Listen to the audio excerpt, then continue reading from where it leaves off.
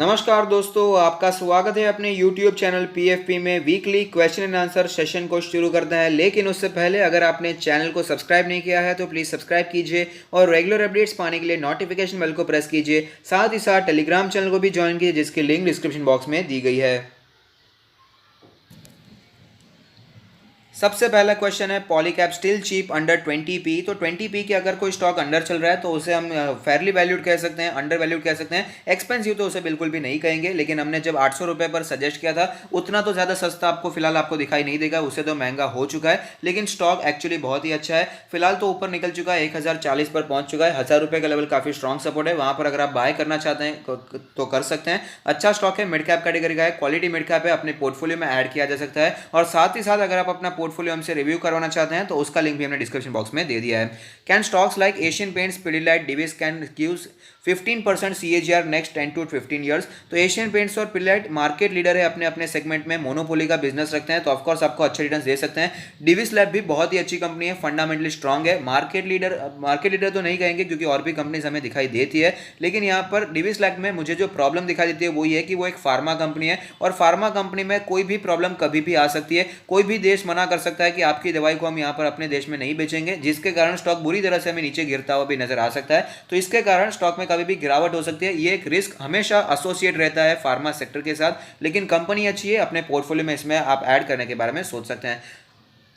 इसाब India and Rajesh exports view for long term. तो ESAB India अगर आप खरीदना चाहते हैं तो 1400 के नीचे खरीदने के बारे में सोच सकते हैं। राजेश एक्सपोर्ट्स के बारे में बात करें तो फिलहाल बहुत ही वीकनेस बनी हुई है। फिलहाल जब तक टेक्निकली थोड़ी स्ट्रेंथ यहाँ पर नहीं आ जाती तब तक मैं आपको अवॉइड करने को कहूँगा। Rajesh has 0.82 D, will it be worrying? तो ऑफकोर्स इतना ज़्यादा डेट टू इक्विटी रेशियो है तो वो वरिंग तो रहता ही है। 0.6 रहता है तो भी उसके ऊपर जाता है, तो आपको यहाँ पर एज ए इन्वेस्टर आपको यहाँ पर अलर्ट हो जाना चाहिए। कंपनी ओवरऑल अच्छी है, लेकिन यहाँ पर जो फिलहाल वीकनेस बनी हुई है, कोई भी वॉल्यूम हमें यहाँ पर दिखाई नहीं दे रहा है, कोई ह्यूज बाइंग हमें होती हुई नजर नहीं आ रही है। लेकिन 440 से करके 450 का एक सपोर्ट है, और अगर उससे वो भी टूट जाता है तो 400 का लेवल ऐसे स्ट्रॉन्ग सपोर्ट हमें दिखाई दे सकता है। नेक्स्ट है, your view on cement sector at present scenario apart from UltraTech, is ACC Ambuja good bet for 5 months horizon? तो अल्ट्राटेक मैंने आपको सजेस्ट किया था 300 के लेवल पर, फिलहाल वो 5000 के भी कहीं ऊपर जाता हुआ नजर आया था। लेकिन मेरा मानना है सीमेंट सेक्टर में जो तेजी आनी थी फिलहाल के लिए आ चुकी है। फिलहाल हमें कूल ऑफ देखने को मिलेगा और कई स्टॉक्स हमें नीचे आते हुए भी नजर आ चुके हैं।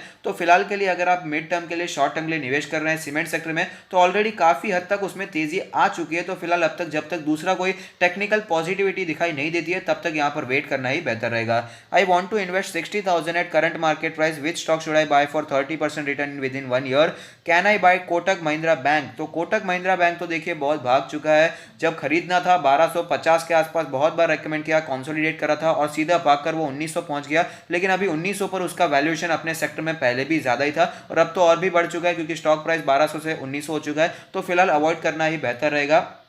कंपनी अच्छी है, उसमें कोई भी डाउट नहीं है, लॉन्ग टर्म के लिए अच्छा परफॉर्म करेगा, लेकिन वैल्यूएशन को देखना बहुत ही जरूरी हो जाता है। तो फिलहाल मेरे हिसाब से वेट करना ही बेहतर रहेगा। दूसरे किसी अच्छे स्टॉक में आप निवेश करने के बारे में सोच सकते हैं जो कि आपको नीचे मिल रहा है, जो मैं आपको कई बार बताता रहता हूँ। फिलहाल HUL मिल रहा था, अभी फिलहाल की बात करें तो विनाते ऑर्गेनिक्स हमें नीचे आता हुआ नजर आया है। अगर कोई रिलायंस के बारे में बात करें, लार्ज कैप के बारे में बात करें तो रिलायंस भी अभी 2000 के आसपास चल रहा है। 2350 से गिरकर वो 1850 के आसपास आया था, 1900 के आसपास ट्रेड करता हुआ नजर आया था। तो वहाँ पर आप बाइंग के बारे में सोच सकते हैं। तो यहाँ पर फिलहाल जो भागे हुए स्टॉक्स हैं, इतने ज़्यादा ऑलरेडी जो भाग चुके हैं, वहाँ पर थोड़ा वेट करना ही बेहतर दिखाई देता है। Had got UTI IPO, now it has come slightly above it's issue price, your suggestion should I exit और होल्ड फॉर लॉन्ग टर्म? तो मेरा मानना है UTI AMC से बेहतर मुझे HDFC AMC नजर आता है। फंडामेंटली आप भी खुद उसे कंपेयर कर सकते हैं। HDFC AMC के फंडामेंटल्स मैंने आपको कई बार दिखाए हैं, उससे ज़्यादा UTI AMC और NAM इंडिया से कहीं ज़्यादा बेहतर फंडामेंटल वाली कंपनी है HDFC AMC। तो वहीं पर आपको कंटिन्यू होल्डिंग करना चाहिए और वहीं पर लॉन्ग टर्म के लिए बाइंग करने के बारे में सोचना चाहिए।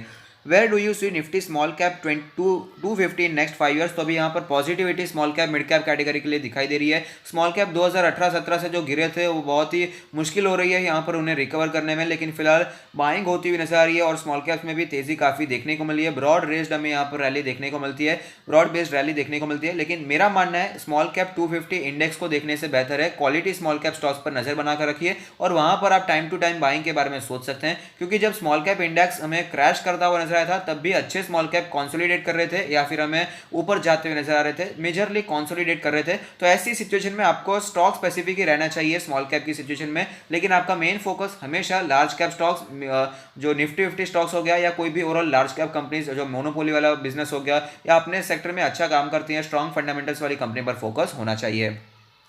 Should buy Burger King for long term tomorrow, if yes then what price. तो बर्जर किंग एक लॉस मेकिंग कंपनी है, वो कंटिन्यूसली लॉस कर रही है। उसका रीजन है कि उसको फोकस करना है एक्सपांशन पर। वो सबसे पहले इंडिया में अपने स्टोर्स बढ़ाना चाहती है, उसके बाद प्रॉफिटेबिलिटी पे फोकस करना चाहती है, जो कि जनरली हर एक कंपनी करती है। जो भी एक स्टार्टअप होता है जैसे फंडिंग मिलता रहता है, वो जनरली ऐसा ही काम करता हुआ नजर आता है। ऐसा ही हमें जनरली स्टार्टअप्स काम करते हुए नजर आते हैं। लेकिन मेरा मानना है अगर आपके पास रिस्क लेने की कैपेसिटी है, रिस्क की इन्वेस्टर हैं आप, तो यहाँ पर आप निवेश कीजिए, वरना अवॉइड कीजिए।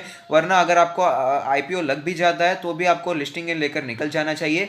लेकिन आप यहाँ पर शॉर्ट टर्म के लिए बने रहने के बारे में सोच सकते हैं, क्योंकि ये जो अट्रैक्टिव प्राइस हमें दिखाई दिया था 59 से 60 रुपीज का, उसी ने अट्रैक्टिव इन्वेस्टर्स को बहुत ही अट्रैक्ट किया है। और अगर सपोज डबल लिस्टिंग भी देखने को मिल जाता है, जो कि काफी एक्सपेक्टेड भी है, तो भी 120 के आसपास का प्राइस रहेगा, तो भी ये काफी अट्रैक्टिव लगेगा इन्वेस्टर्स को। तो लोग यहाँ पर निवेश करना पसंद करेंगे, क्योंकि लोग generally P ratio, PB ratio वो सब ज्यादा नहीं देखते। लोगों को प्राइस दिखाई देता है, 100 रुपए का स्टॉक है, 2 रुपए का स्टॉक है, ये सब दिखाई देता है। तो इसके कारण शॉर्ट टर्म में थोड़ी तेजी बनी हुई रह सकती है। और लॉन्ग टर्म के लिए रिस्क टेकिंग इन्वेस्टर है, रिस्क कैपेसिटी है, तो ही निवेश कीजिएगा, वरना अवॉइड करना ही बेहतर है।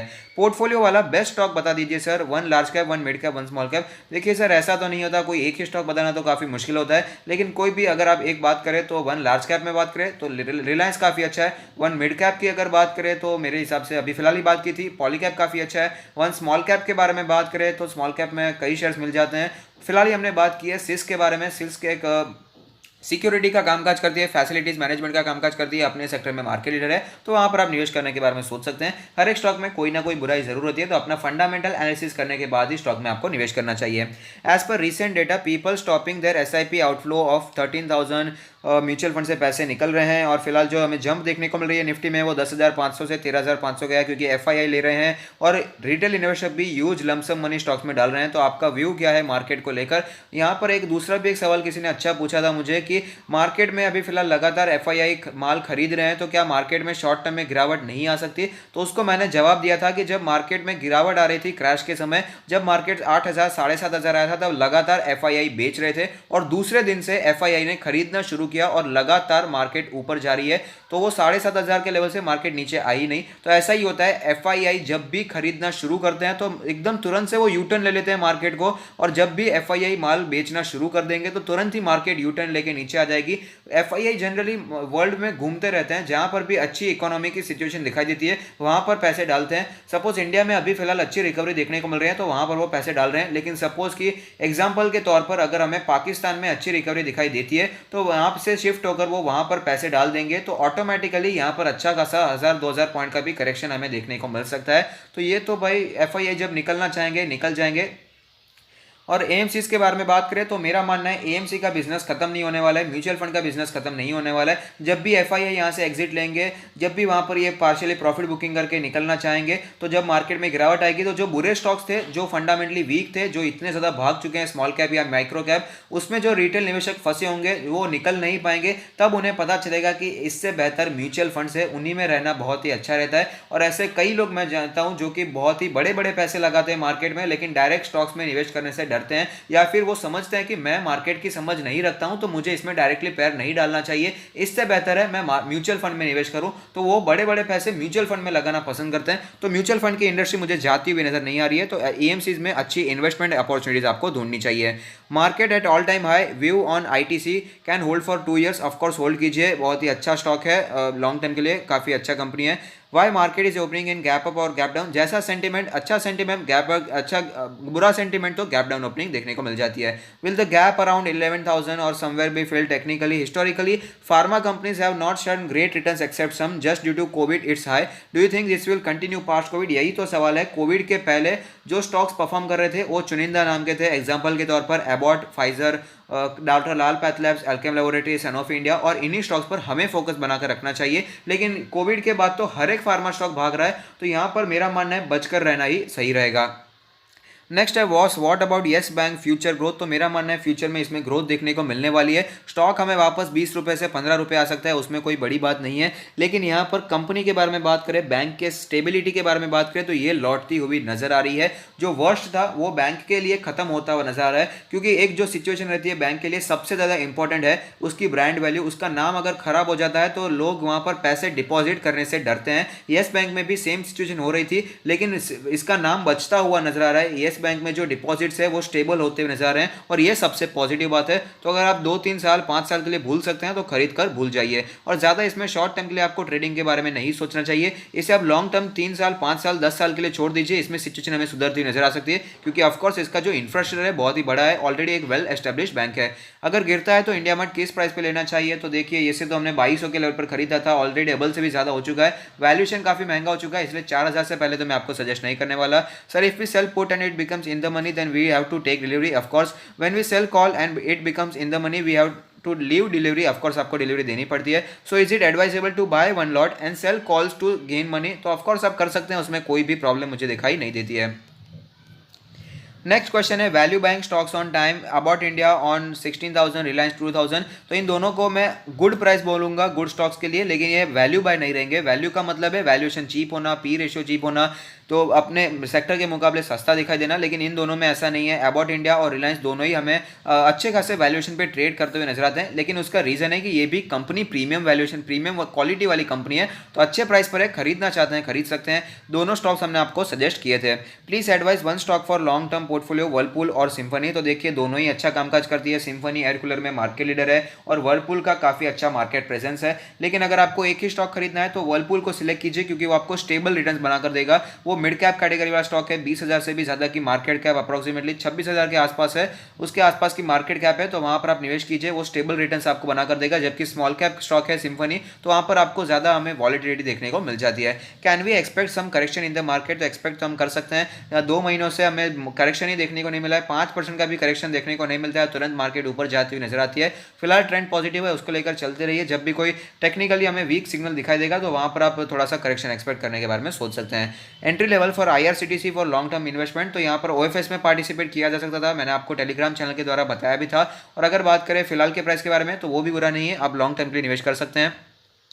What's your opinion for Bajaj holding share. तो अच्छा शेयर है लॉन्ग टर्म के लिए, 2200-2300 के आसपास हमने आपको सजेस्ट किया था, उसके बाद काफी ऊपर भी गया था। स्टॉक अच्छा है, लेकिन आपको पता होना चाहिए जो रिटर्न्स आप बजाज फाइनेंस से एक्सपेक्ट करेंगे वो सेम रिटर्न्स आपको बजाज होल्डिंग से एक्सपेक्ट नहीं करने चाहिए, क्योंकि ये एक होल्डिंग कंपनी है। बजाज की जितने भी इन्वेस्टमेंट हो गए, कंपनीज हो गई, बिजनेस हो गया, सबके सब इसके अंडर आते हैं। कोई बिजनेस परफॉर्म करता है, कोई नहीं करता है, कोई अंडर परफॉर्म, कोई ओवर परफॉर्म, तो ऐसे में रिटर्न्स एवरेज हो जाते हैं। तो इसके कारण यहाँ पर आपको डिसेंट रिटर्न्स मिल जाते हैं, तो यहाँ पर आप इन्वेस्टमेंट करने के बारे में सोच सकते हैं। ओवरऑल कंपैरेटिवली सेफ इन्वेस्टमेंट माना जाता है। कुछ स्मॉल और मिड कैप अच्छे आईटी के लॉन्ग टर्म शेयर बताइए। अगर आपको छोटी आईटी कंपनीज चाहिए तो अभी फिलहाल हैप्पीएस्ट माइंड्स अच्छा स्टॉक है, जो कि अच्छे प्राइस पर मिल रहा है, 310-320 के आसपास ट्रेड कर रहा है, वहां पर आप खरीदने के बारे में सोच सकते हैं। कंपनी ओवरऑल अच्छी है, फ्यूचर काफी अच्छा दिखाई दे रहा है, उनके जो प्रमोटर्स है उनका एक्सपीरियंस भी आईटी इंडस्ट्री में काफी पॉजिटिव है। A small part of my portfolio solely towards dividend investing in top dividend company stocks.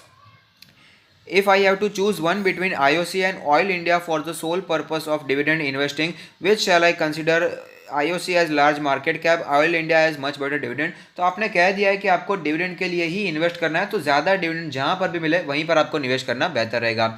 Sir Maruti पर आपका क्या व्यू है, ऑन विच लेवल खरीदना चाहिए अगर मार्केट में करेक्शन देखने को मिले। तो देखिए मारुति काफ़ी पॉजिटिव दिखाई दे रहा है, मैनेजमेंट काफ़ी पॉजिटिव है कि 2021 काफ़ी पॉजिटिव रहने वाला है कंपनी के लिए। तो यहाँ पर अगर आपको शेयर 7,500 के आसपास मिलता है तो वहाँ पर खरीदने के बारे में सोच सकते हैं। लॉन्ग टर्म के लिए बहुत ही अच्छा शेयर है।